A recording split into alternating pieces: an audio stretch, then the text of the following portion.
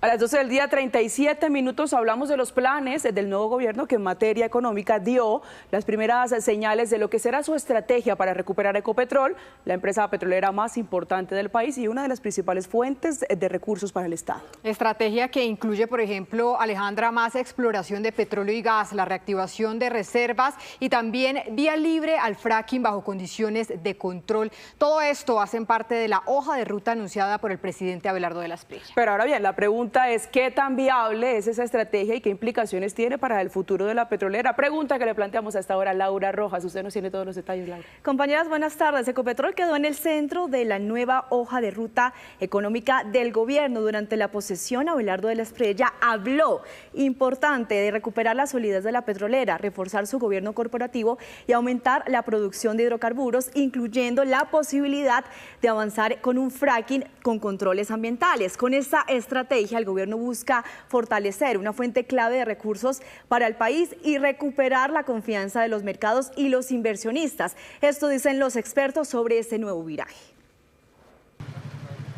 Ecopetrol no solo es la petrolera más grande de Colombia, también es una de las empresas que más aporta recursos al presupuesto general de la nación, los cuales son distribuidos para financiar programas públicos en las regiones del país. Sin embargo, en los últimos años la compañía ha venido enfrentando varios desafíos.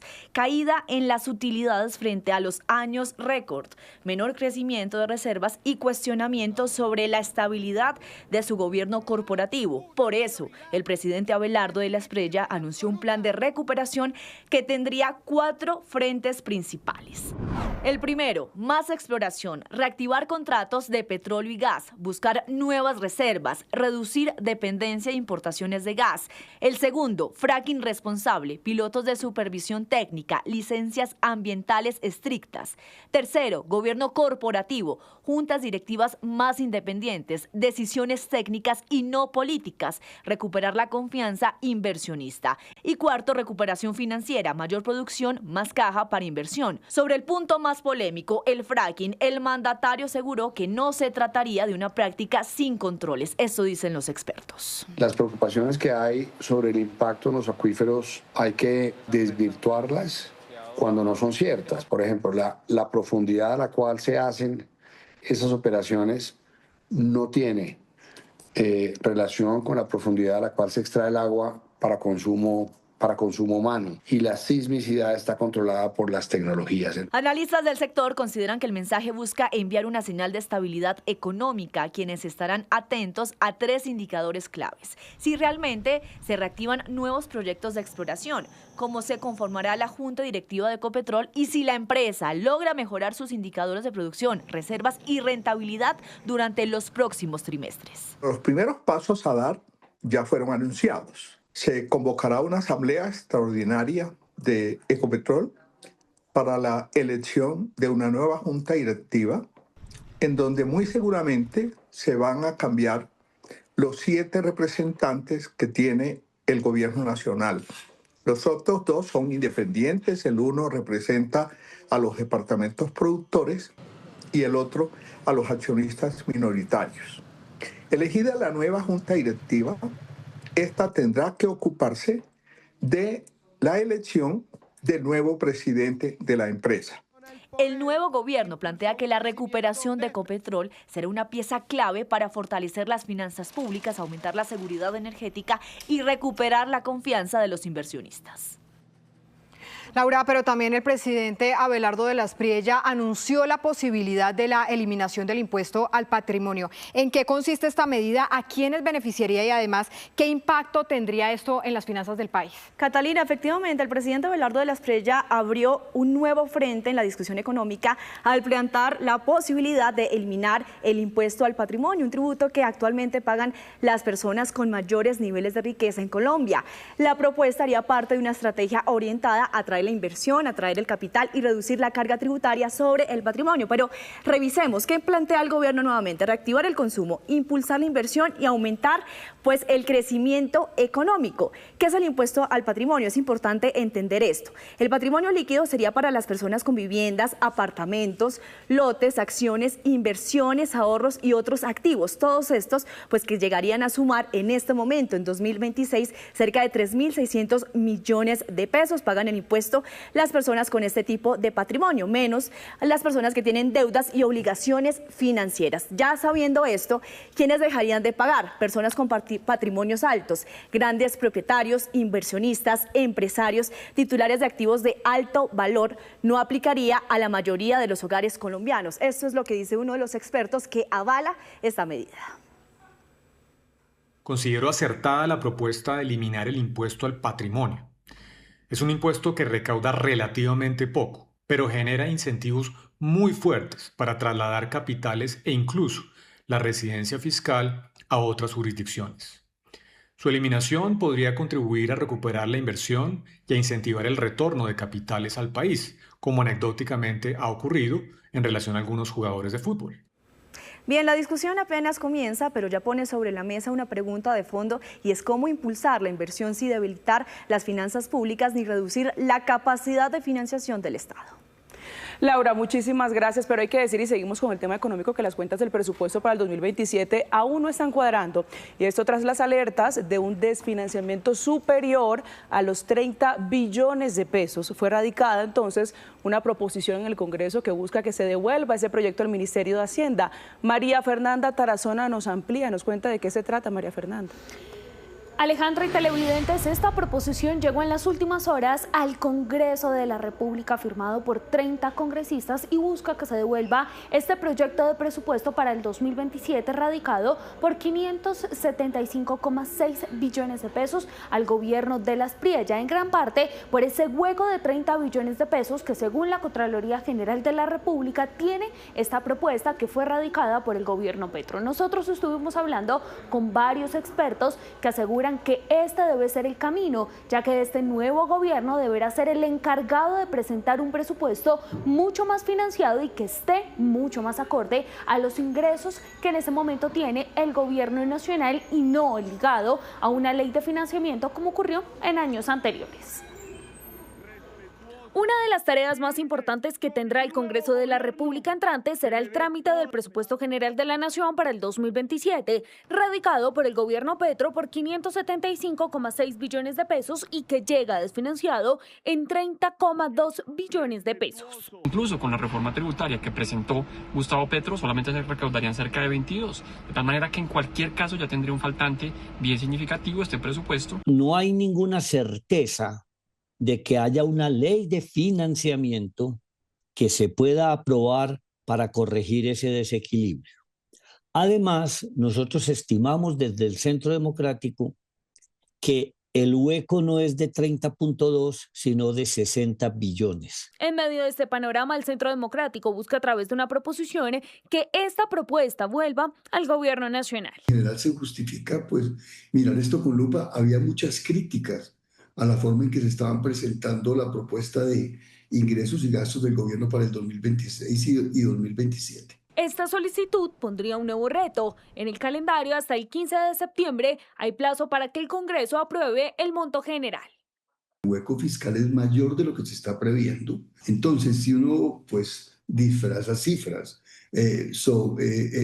sobreestima ingresos y subestima gastos, pero de todas formas la plata tiene que salir de algún lado, y ese problema se le viene al nuevo gobierno. Sin embargo, en caso de que el gobierno decida volver a radicar un documento, podrá hacerlo hasta el 25 de agosto para que el 1 de octubre pueda debatirse en comisiones económicas. Lo más acertado y lo más exacto desde el punto de vista político es regresárselo al gobierno para que imprima su programa de gobierno, o al menos el inicio del mismo, a través del presupuesto. Este presupuesto radicado por el entonces ministro de Hacienda, Germán Ávila, también encendió las alarmas de la Contraloría, ya que este debe sustentarse, según el organismo de control, en ingresos ciertos y no sobre supuestos. Este presupuesto depende de la aprobación de una ley de financiamiento o reforma tributaria que quedaría en manos del Congreso. Se espera que las comisiones económicas estén citados para este miércoles de la semana entrante y en caso de ser aprobada esta proposición que llega al Congreso de la República será máximo hasta el 15 de agosto que se podrá devolver al gobierno de las Priella y dicen los expertos que deberá ser mucho más acorde con el programa de gobierno del gobierno entrante. Catalina y televidentes. María Fernanda, gracias. Y es que el gobierno entrante recibe una economía con grandes retos y, por supuesto, desafíos para los próximos 4 años. Las finanzas públicas, el nivel de endeudamiento y el bajo crecimiento ponen sobre la mesa la necesidad de tomar decisiones inmediatas para recuperar el equilibrio y dinamizar la economía. Henry González, ¿cuáles son esos principales desafíos en esta materia? En la transición hacia el nuevo gobierno, la economía es quizás el tema sobre el cual hay más reflectores puestos. Muchas cifras son alarmantes, las preocupaciones y los retos son de tal magnitud que bien podríamos afirmar que la estabilidad de la nación está en juego. Veamos por qué los analistas advierten que la herencia económica que el gobierno saliente le deja al gobierno entrante es en muchos campos históricamente compleja. El presupuesto general para 2027 es una muestra de las graves dificultades de corto plazo del gobierno. Comparando los gastos y los ingresos, aparece un faltante de 30 billones de pesos, algo que ocurrió también en los años anteriores del gobierno de Gustavo Petro. Este gobierno saliente, el gobierno Petro, fue muy optimista al pronosticar ingresos tributarios. Si uno mira 2023, es nuestro año de máximo, digamos, recaudo tributario de la historia. Llegamos por primera vez a más del 16% del PIB después de las devoluciones y demás, que es lo que le queda al Estado y lo que queríamos mirar. Y desde ahí estaban esperando 18%. La solución para ajustar el presupuesto en buena parte está en un apretón de gastos. El nuevo ministro de Hacienda reconoce que tendrá que hacer el recorte más grande en la historia republicana del país. Creo que estamos ante un reto enorme porque las finanzas de Colombia tienen estructuralmente un gasto que es muy inflexible. No es como que uno de un día para otro pueda mañana ya recortar. ANIF ha hecho una propuesta de un ajuste fiscal de 3 puntos del PIB, donde el grueso, casi 2 puntos, son gracias a mejorar la eficiencia del gasto y obviamente poner en cintura, por ejemplo, el gasto burocrático o incluso los salarios de los funcionarios públicos. Pero aún hay un problema financiero mucho más estructural. La deuda del gobierno nacional se elevó hasta 1.167 billones de pesos. Solo en los últimos 4 años aumentó en 363 billones de pesos. Este año, solamente para dar una cifra, el gobierno estima un déficit que va a ser ligeramente inferior al 6% del PIB.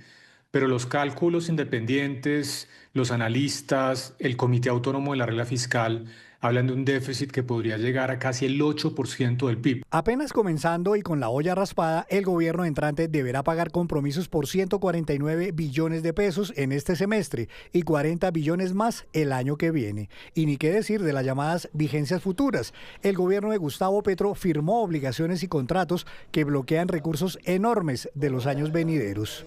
El monto de vigencias futuras aumentó de cerca de 180 billones en el año 2025 a 260 billones. Estamos hablando de un incremento histórico cercano al 40% de vigencias futuras. Pero también es claroscuro el entorno económico del país en general. El crecimiento de la economía cayó en 2023 a menos del 1% y apenas ahora se está recuperando a niveles del 2,6%. En 2027 de nuevo caerá ese crecimiento. Este año que acaba de terminar, 2025, la economía cerró con la tasa de inversión más baja en 20 años, de apenas el 16% del PIB.